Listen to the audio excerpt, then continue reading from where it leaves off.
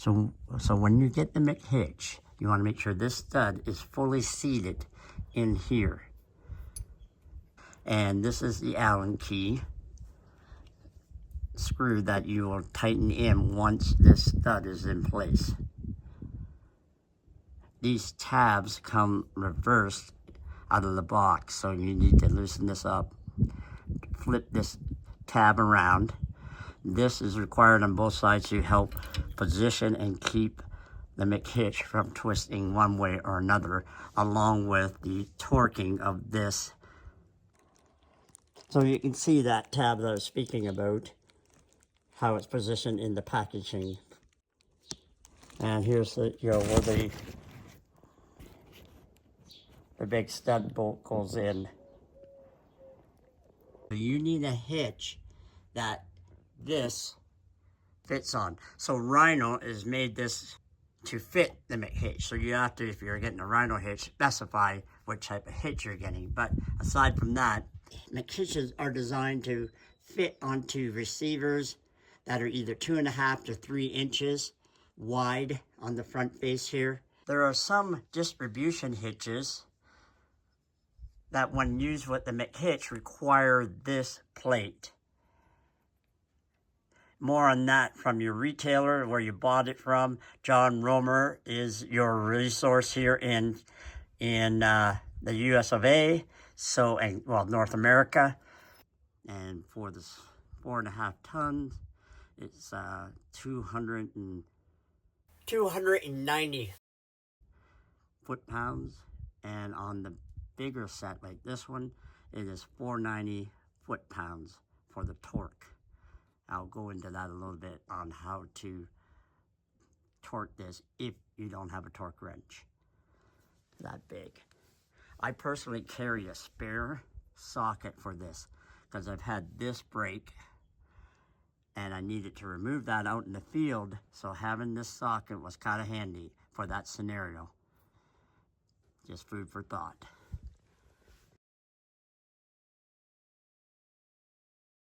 No.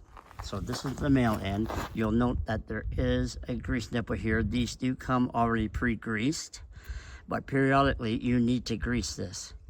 So that's part of the maintenance. And this is the pin I'm talking about that makes contact with that spring piece that goes in and out to lock the handle down. Won't be. So you also need to make sure this stays clean too. If you get a bunch of debris and mud on it, get it off. And a little lubrication on the tip doesn't hurt, if I can say that.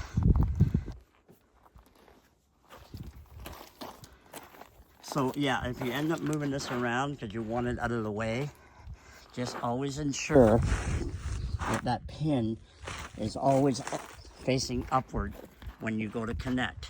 Otherwise, it'll never work. In this goes, and you'll see how this alignment pin presses on that movable pin. It raises the handle.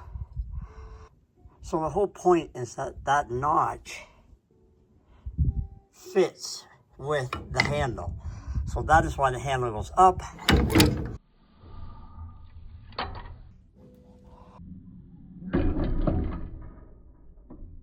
and back down, because that handle drops into the notch. Now it's not safely locked. You need to also then finish off with pinning it. But you can see how critical it would be. You can see how critical it is that this remains clean, this alignment pin, and that in this notch needs to be clean. So I use Houdini to spray in there and to clean it all out. I press on this so that this moves out, and I give it a spray so it cleans itself out when it goes back out. Such as you can see, as well as lubricating between the handle and the wall of the receiving cup, and of course this hardware in here. So that's... So the McHitch can be mounted underneath like I have it, or on top of the plate. On your application, and basically what that has determined For me, why I have it underneath is how it lines up with the truck for keeping the tongue weight at a nice setting. That's why I have it underneath. But for other people, it may work better, like I said, to be mounted on top. Either way is acceptable. So the 4 bolts that hold these on, depending on their size, like for example, if it's a 1/2 inch grade A bolt, you know, you're looking at 80 pounds torque. If it's 9/16 grade 8 bolt, then, you know, 100 foot-pounds, and 5/8 bolts, you would be looking at about 120 foot-pounds for torquing these babies down. I have spared nuts, nylon locking, and give you a lot better surface contact. You know, for a few dollars more, what the hell, it's a one-time deal. So that's what I went with. Not saying it's what everyone has to, but just a choice. As well, in my case, I had to ream the hole out a little bit to make that size. No big deal. And when you do install these, do not use an impact driver to install them. So this is your manual to the McHitch. It comes with it. It has all the information I'm talking about in it. So be sure to read it prior to installation. Don't be too much of a guy and skip reading it. This is also a very valuable point right here.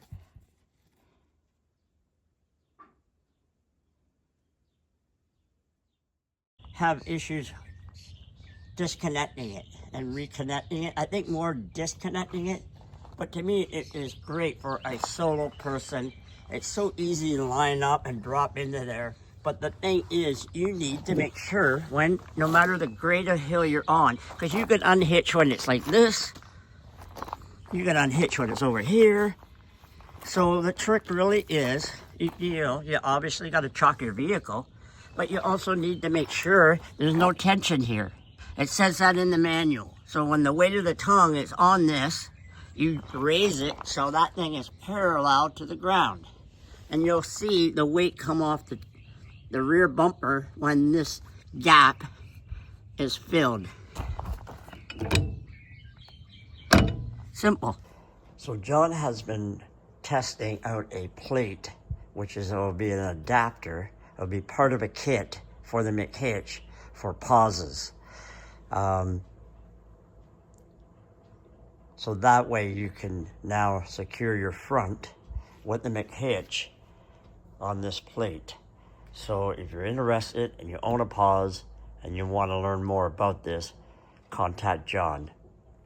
It's just another kit that he's created, tested, and he also has kits for others. So you can see how cocked I'm parked, right? So you can, I've come across people who've had McHitch and think that they have to unhitch and hitch with everything in a straight line. You don't. I unhitch all the time like this, where it's cocked off to the side and re-hitch. The big important thing is, as always, is that you have to have your wheels chalked well. So when you come disconnect, everything's fine, same as always, whether you're straight or angled. But when you reconnect, you don't, and even when you connect in a straight, when everything's in the perfect alignment, you don't bang into the thing. You just back in until the handle goes up and down. That's it. If you're aligned correctly, which I'll show you some different variations, it just pops in. And that's the deal. So the nice thing with this too, which may be the same with other hitches, is I can unhitch here when I'm in a location where I can't make a turn. Let's say I want to go this way, but I can't get the truck and trailer to make that turn because there's no room. Well, I can unhitch like this, drive around to the other side, flip this angle this way to hook up and finish the turn. So if you're in a tight pinch, that's one way out of this. And again, I don't know other hitches, how they function, if you can do the same, but you can do this. And I'll hook up and unhook in this position so that you can see. It's no big deal. You just need to be properly chalked.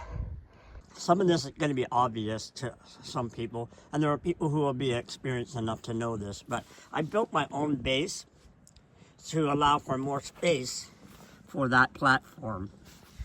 Some people, and I did in the beginning, use this, and they are too sketchy, in my opinion. They can tip easily, come apart while they're tipping, and they are not wide, no wider than the base. So if there's any movement at all with the base, it can slide off and therefore cause this to tip or move, especially on an uneven ground. And if you are on uneven ground, even though you're chalked and secured like this, doesn't guarantee that the trailer won't shift. Doesn't matter the type of hitch you have. If the foundation that the wheels are sitting on, like if you're on a bunch of rocks or rubble, can shift. So don't panic, just as long as you're well chalked. So just a little bit about the bases. I know that they sell those barrels. Those almost look like upside down buckets.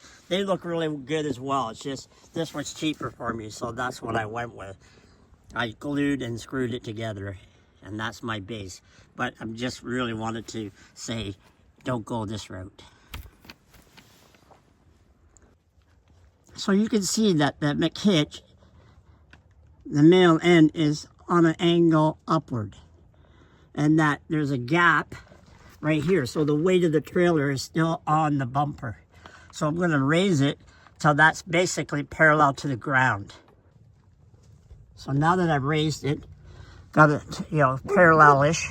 You can also tell by the tension on the handle. So see how easy, when there's no tension, how easy that is to lift it. Tension, I mean between this notch and this item.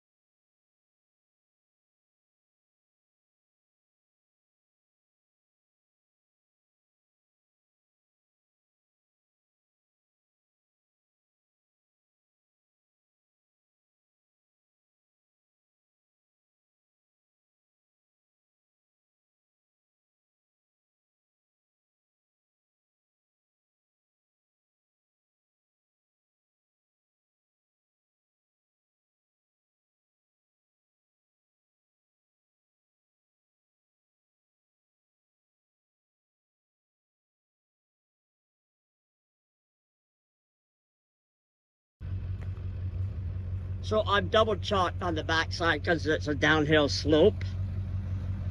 I've dropped the weight onto here. I basically adjust this until I can feel that there's not a lot of tension on this. If there's a lot of tension on the handle, something's going to move. Might be the truck moves slightly or the trailer moves back slightly. So once you've done taking the tension off, just a matter of popping the handle and driving ahead.